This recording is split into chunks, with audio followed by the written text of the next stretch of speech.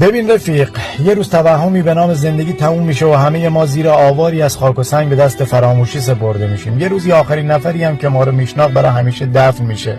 خیلی سخت نگیر به خودت، لازم نکره مثل ربات نزد داشته باشی، لازم نکره شب و روزت رو حروم کنی. خدا شاهد لازم نکرده جدی بگیری. به خودت و خانوادت بفهمون که این زندگی الکی از و یه جایی تموم میشه. دور همدیگه جمع بشین، بگین، بخندین و با لذت تمومش کنین. کار دنیا همینه. متاسفانه انسان ها مدام در حال خریدن خاک و زمین هستن، خاک هم در حال گرفتن خود انسان ها. نه چشم انسان سیر میشه نه خاک.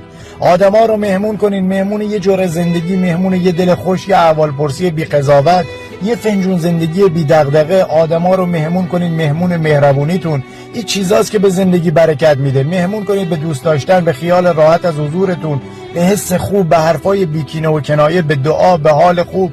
اگه غذا میخورین با لذت بخورین، حتی یه نیمرو